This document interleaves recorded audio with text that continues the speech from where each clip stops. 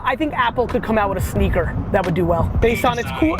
Apple's losing it a little bit, but like 4 years ago, 6 years ago, 8 years ago, Apple could have came out with a sneaker and won. They were cool so they could enter, and then they innovated, which is their DNA, and then you would have said, oh my God, what are they gonna come out with next?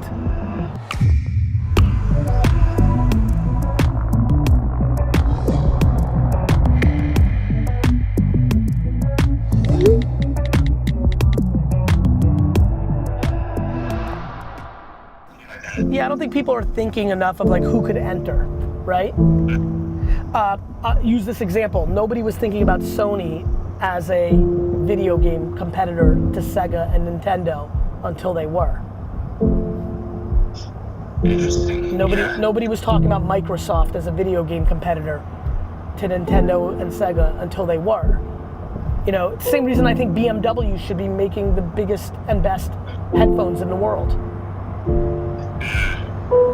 I mean, if you heard today BMW came out with an $800 headphones and they work better than Bose and better than, you know, Beats, and they had that incredibly iconic logo on the circle on the outside, I have a funny feeling people would believe in their engineering capabilities. That brand has permission to make the best headphones in the world. And the core of that is because the brand, because they built brand, like this kind of correct brand, you're able to have a sneaker, like things like that. Yeah, you're watching me do it in real time. I'm building brand, which will give me permission to do anything that feels authentic and I'm capable of executing against. Interesting. Yeah, that makes a ton of sense. I'm in the business of what can be done versus what used to be done. Yeah. 99% are like, no, BMW makes cars. I'm in the business of BMW can make headphones. PBS and New York Times could become the next generation of great agencies. I'm building one of the most successful current agencies in the world. I ran a liquor store before I entered. I've already done it. How about this? I'm talking in hypothesis, and I'm actually the living example of it. I think we should write an article called "Why Not? Here are the brands that have permission," and maybe we should do like 15, like not predictions, like what ifs. What if BMW competed with Beats, right? Yeah. Why can't Nike compete with Gatorade?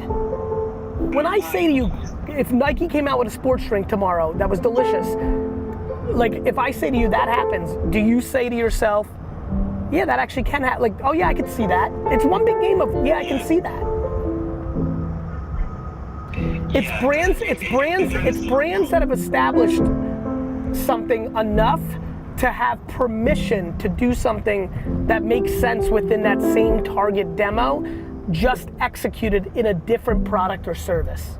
You know? What's something that like Apple could do you think, like a big company like that?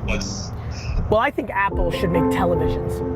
That's literal, but like, I think Apple could come out with a sneaker that would do well based on its cool. Apple's losing it a little bit, but like 4 years ago, 6 years ago, 8 years ago, Apple could have came out with a sneaker and won, in my opinion. Based on it's cool to 16-year-olds, the end. Man. Because what they would have done, they were cool so they could enter, and then they innovated, which is their DNA, and then you would have said, oh my God, what are they gonna come out with next? Can you send a thing to the group text? I wanna start a What If Wednesdays. I wanna make a post for 7:30. I want somebody on the design team to design a product that doesn't exist in my world that I haven't thought of yet. Let's, I got it.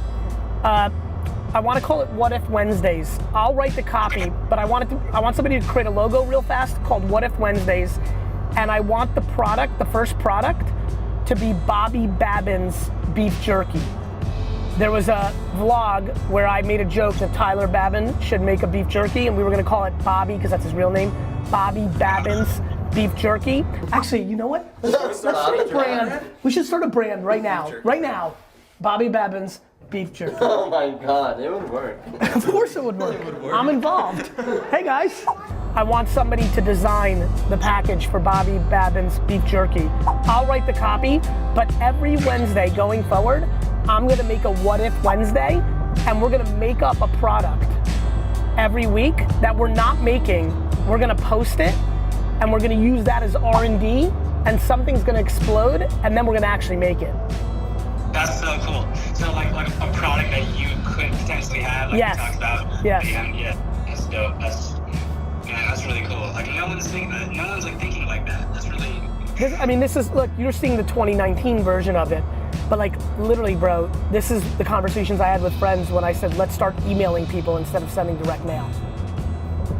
Right. Yeah. I'm gonna start a show on this new thing called YouTube. What does that even, you can't imagine how foreign that was to a world that had no videos on the internet. Right. And the core of that is like you're saying like why I'm in the business of what if, and yes, and why not, and where's it going, and tomorrow, and 99% of the market is in yesterday. Their entire framework to decision making is predicated on yesterday. Right.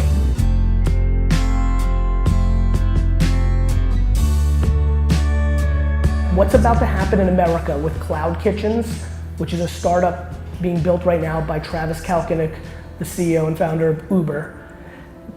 In the next 18 months, 40 of the major cities in America are going to get delivered anything they want within 5 to 7 minutes for free. I couldn't short 7-Eleven more in the next decade. I mean it, unless they're able to execute that capability.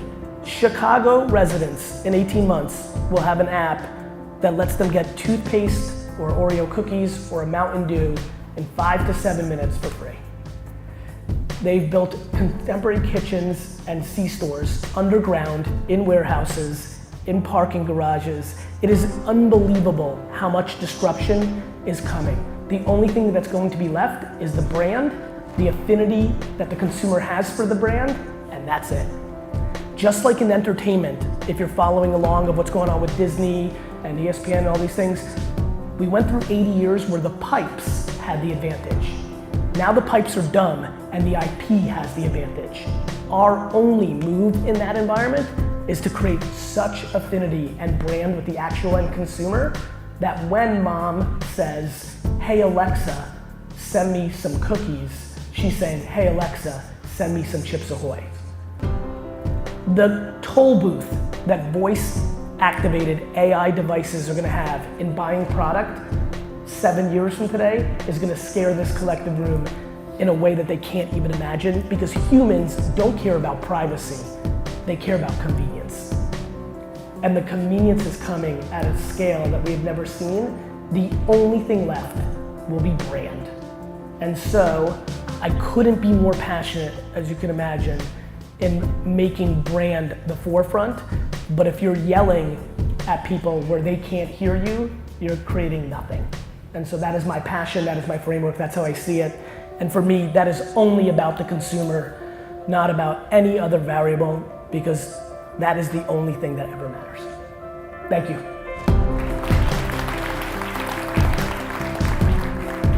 What is the future of media that you see? Like, how will people connect with You know what's funny? brand? I don't, that's not what I do well. Oh, okay. It's not that I forecast, I observe the current and create capabilities. So for me, one thing that is current enough that is maybe feels a little more in the future was why I talked about voice. I think audio is exploding. It's why podcast consumption's up. It's the voice devices. It's the passive nature of the consumption of audio that doesn't restrict you from multitasking, that gives it a very nice next decade. Audio. But back to being an ingredient company, just for 2 seconds, if you're looking to acquire new clients to work with, I highly recommend you become versed in what's going on LinkedIn. I recently have. It's very powerful. Good. Yeah, no, you keep doing it. it's Thought amazing. leadership, the whole nine. The feedback it's there. you get is unbelievable. And it will be lead gen. Nice to meet you. Take care, James. So I'm going to be talking next about consumer insights. Yes. And of course, it's all about relevance, right? Yes. It's all about relevance. So I want to just ask you about, you talk a lot about crafting messages for relevance. Yes. But for my job is uncovering, I understand. right, relevance. And is there I think both matter tremendously. Where I think we're advancing the conversation is creating output for the purpose of uncovering insights. Okay. so much of the content I put out in the world as a human to your son, and what I do for brands is actually to then get the feedback to do smarter work. Okay. We lived in a world where strategy worked, and then you had a singular kind of insight, and then you had an interpretation by a creative, and you kind of like threw this big brick on the world. My point of view is a bunch of little stones. Oh, wait a minute, they're resonating to this. The reason I can get to so much truth, and I'm getting goosebumps, is because I'm putting so much out there, and then I'm qualitatively reading what they're reacting to. Right. And you are reacting to their, like you're... It's an infinite loop. It's an infinite loop. I actually don't love coming across motivational.